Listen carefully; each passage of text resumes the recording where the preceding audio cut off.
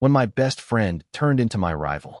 Before we begin the story, make sure to subscribe to our channel and never miss more incredible stories every day. My best friend smiled as my words came from his mouth. That's how tonight began.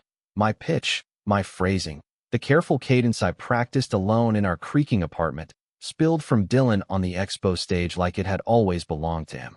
I stood 30 feet back, holding a sample stool I'd steam bent over a kettle. The crowd clapped for him. I felt my own name slip out of the air. I'm Alex. I make custom furniture that keeps its promises, joints that don't squeak, finishes that don't off-gas, deliveries that arrive when I say they will. I've built nursery cribs for retiree grandparents and dining tables that survive the heavy elbows of 3 generations.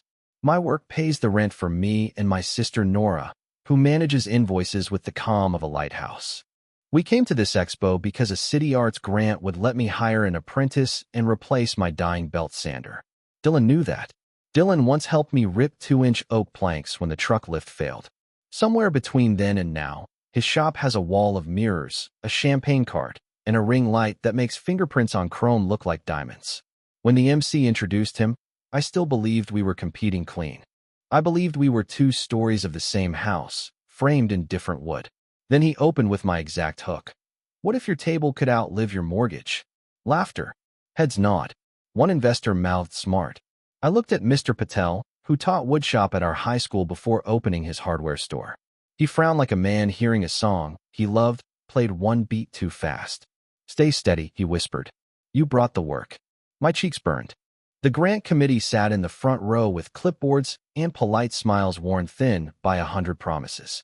The chair was the same woman who'd emailed last week to confirm our time slots. My time slot. Dylan raised a finger as if catching an idea live. He described a dovetail brace I'd sketched in private to resist the city's winter warping. He named my brace the Winter Lock, like it was his. A camera flashed. The leg on my sample stool trembled in my hand. Nora squeezed my elbow and said, Evidence, Alex. Not anger. I nodded, swallowed, and felt the room tilt toward him anyway. Then he smiled at me like we still shared a secret. People think rivalry begins with a single betrayal, but ours started smaller. In middle school, Dylan and I glued a crooked birdhouse together for extra credit. He talked. I held the edges until my thumbs ached. We got an A, and he bowed like he'd flown the bird himself. In high school, we split weekend jobs. I sanded in Mr. Patel's shop. Dylan gave tours to parents about craft culture. It worked, mostly, because the stakes were miniature. We shared rides, soldered badges, swapped playlists. He teased me for testing joints with a bathroom scale. You'll die measuring, he laughed. Clients don't care about newtons. I cared anyway. I learned which knots will tighten with the season and which will crack like a dry throat. When we launched our businesses, we toasted with gas station coffee by the river. We promised to bid honest and let the best build win. He bumped my shoulder and said, No hard feelings either way. I took the promise like a tool I could trust. 2 months ago, he came by my studio, phone out, filming a breezy collab. His caption called me the city's most patient maker, which sounds kind, but it landed like a backhand. Don't you ever wish you'd speed up? He asked, panning across my clamps. People want the feeling now. I said, people want the thing to last. He grinned. They want the picture to last. Nora watched from the office window, lips tight. After he left, she said, that post put you in a corner. Patient equals slow equals late. I waved her off, embarrassed by how much it stung. Then came the neighbor's joke at the block party. Alex, when's the table due? Next century? He meant nothing by it. He'd seen Dylan's story first. My fresh wound arrived last week in a text. Congratulations to Dylan for pioneering winter lock bracing. A client forwarded it with sparkles. I reread the words until they blurred. That brace had my messy sketch date in the corner, in pencil. I'd shown it only to Dylan and Mr. Patel. I told myself coincidences happen in craft. We all answer the same weather. Still, I felt the sting rising like steam from a kettle, and I started counting the coincidences with quiet dread. I didn't know the next coincidence would arrive with paperwork. The first red flag didn't look red at all. It looked like kindness. An old client, Mrs. Gutierrez, called to say she loved my idea about a removable leaf with hidden magnets, but she had already told Dylan yes. I thought you two were working together, she said, puzzled. I swallowed and told her no worries. Truly, it happens. After I hung up, I checked my notes. The phrase she used, "a table that outlives your mortgage," sat in my dock in a bold header. I had read it aloud once, just once, in our kitchen while Dylan pretended to tune a guitar. Nora looked at me over the screen of her laptop. "Document the overlap," she said. "Dates, names, exact words." I opened a fresh page and typed like I was filing a police report on my own intuition. Another client DM'd me a question about my mirror finish bundle. I don't sell bundles, and I hate mirrors on wood. They erase the life in the grain. Dylan sells bundles. His captions glitter. I drafted and deleted a dozen replies. Finally, I wrote, "I think you might be referring to another shop." She answered with a screenshot of his story. My shop tagged, my stool in frame, his swipe up. My chest tightened. Coincidences lined up like dominoes on the edge of a table somebody else was nudging. I told myself rivalry thrives on fertile imagination. I told myself not to make a scene. I called Mr. Patel for calibration. He listened, then said, "Assume best, verify anyway. Where there is a pattern, there is often a file." He meant logs, timestamps, drafts, the boring truth.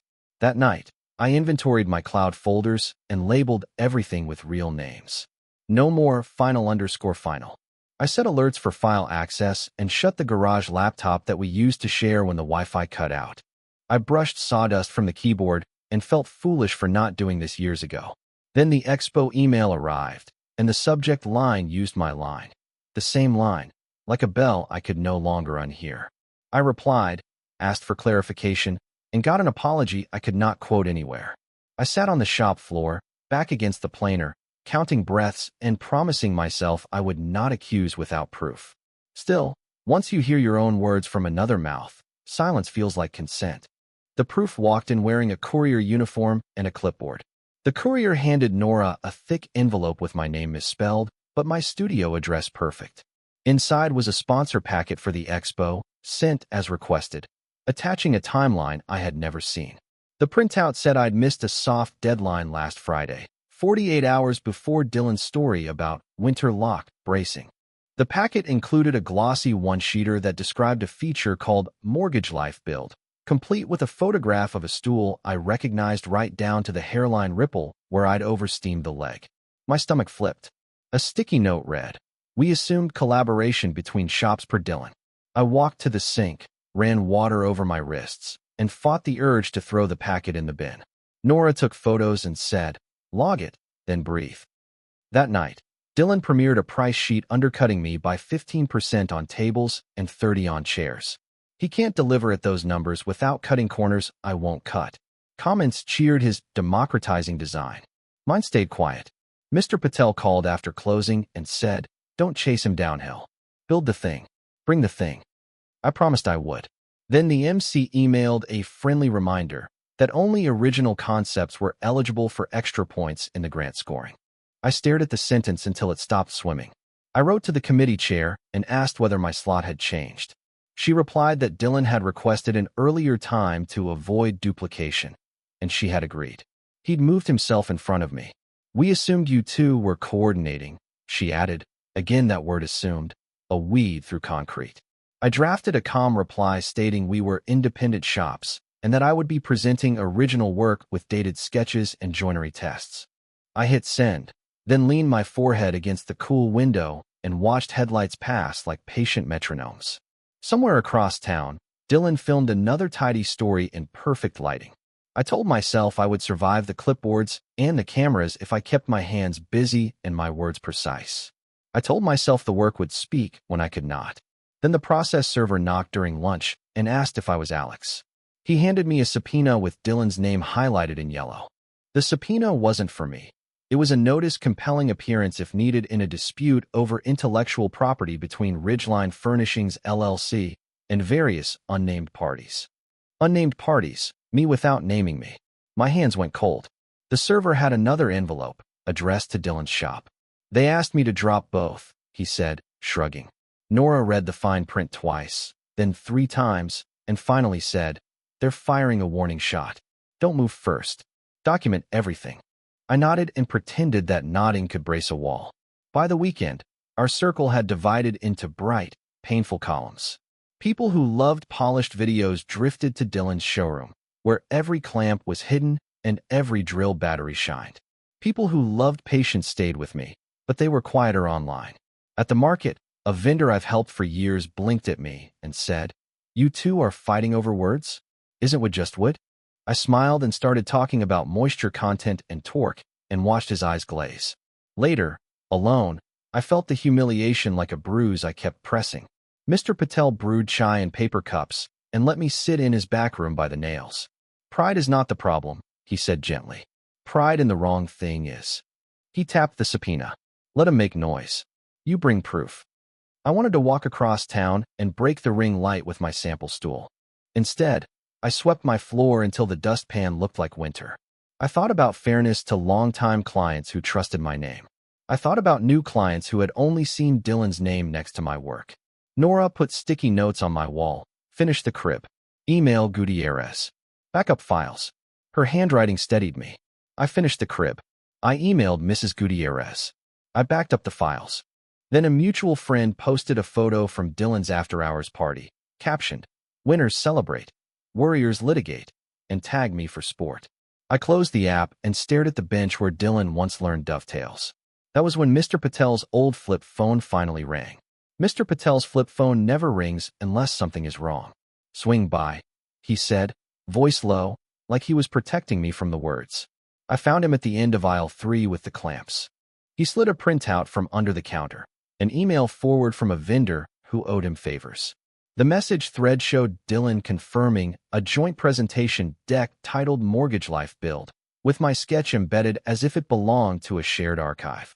The metadata banner, thin gray type most people ignore, said the image originated from my cloud folder, removed last Tuesday, resaved 10 minutes later with a new title.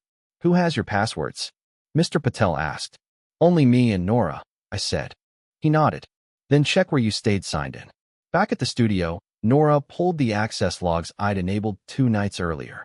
There it was, a login from a device labeled Studio Lounge, the old shared laptop in the garage that we used during storms. We had never wiped it after Dylan borrowed it to export a reel. "That's on me," I said, throat dry. "It's on him," Nora said, tapping the screen. "We document.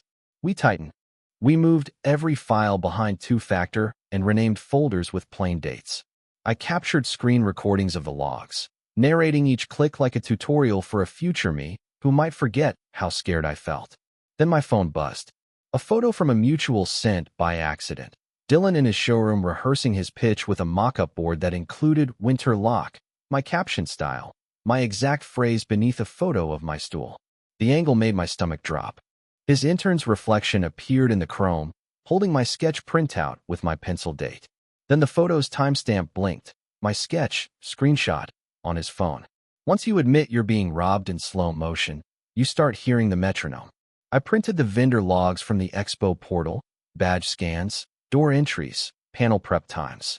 Dylan had accessed the green room 2 hours before his official tech check, the same window my slot had been adjusted. We called the expo coordinator. She sounded kind and exhausted. "We assumed collaboration," she said again. Nora asked for the access list by policy right. "We got it. Names redacted except for staff and panelists." Then an ex-intern DM'd me from a burner account. "Check your calendar sharing settings." I hadn't shared my calendar since college, but there it was, public to people with the link.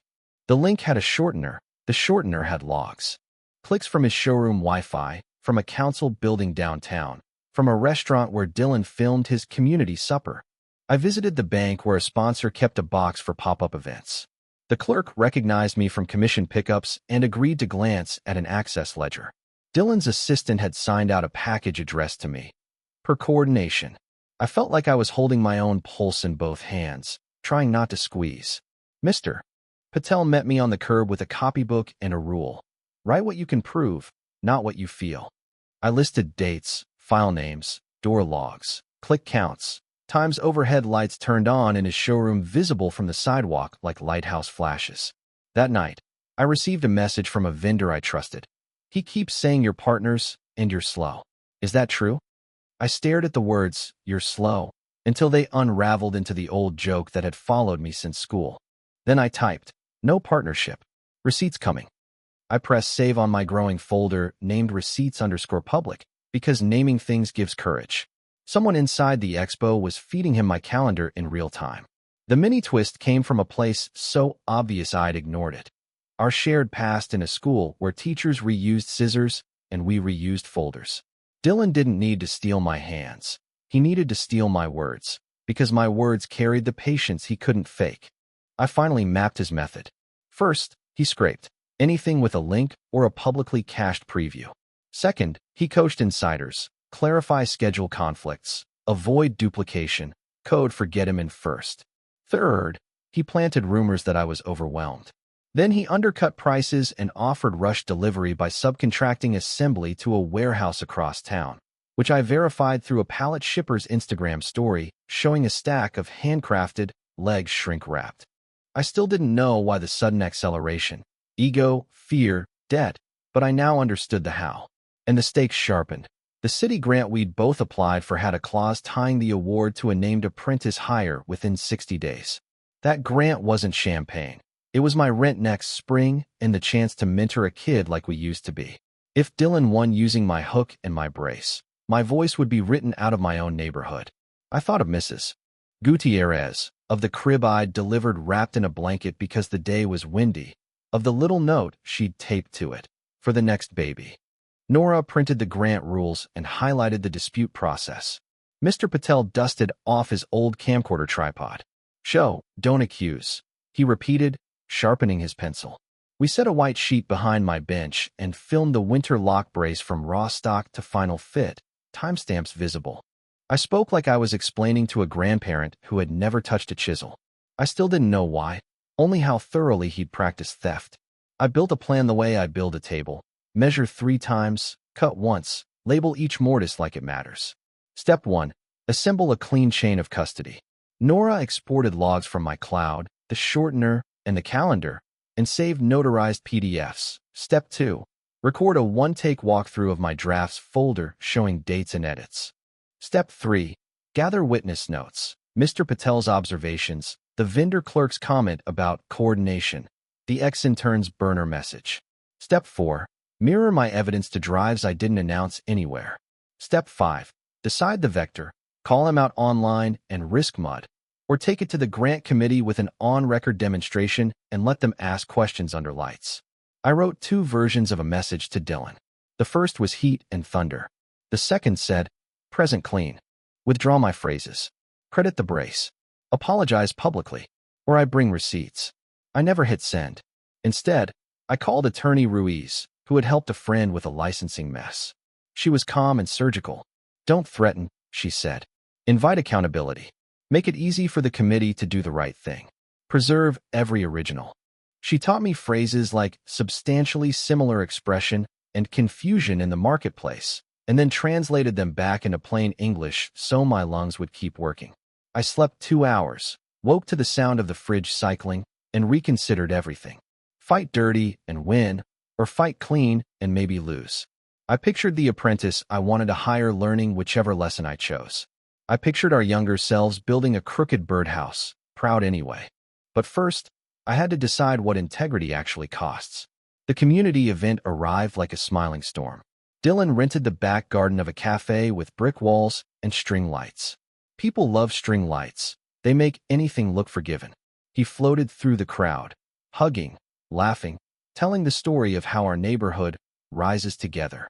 Then he did what he always does when he senses danger. He performed generosity on camera. Alex, come say a few words, he called, passing me a mic I hadn't asked for while an influencer filmed. You know Alex, he told the crowd. The soul of patience. Folks clapped because clapping is easier than thinking. I took the mic and said, I brought something better than words. But before I could lift the brace, he tapped his glass. Tonight isn't about technicalities, he said, beaming. It's about community.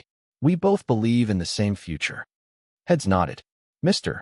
Patel's voice reached me through the noise. Show, don't accuse. I opened my case and revealed a board with 2 joints. Mine, a dovetailed winter lock.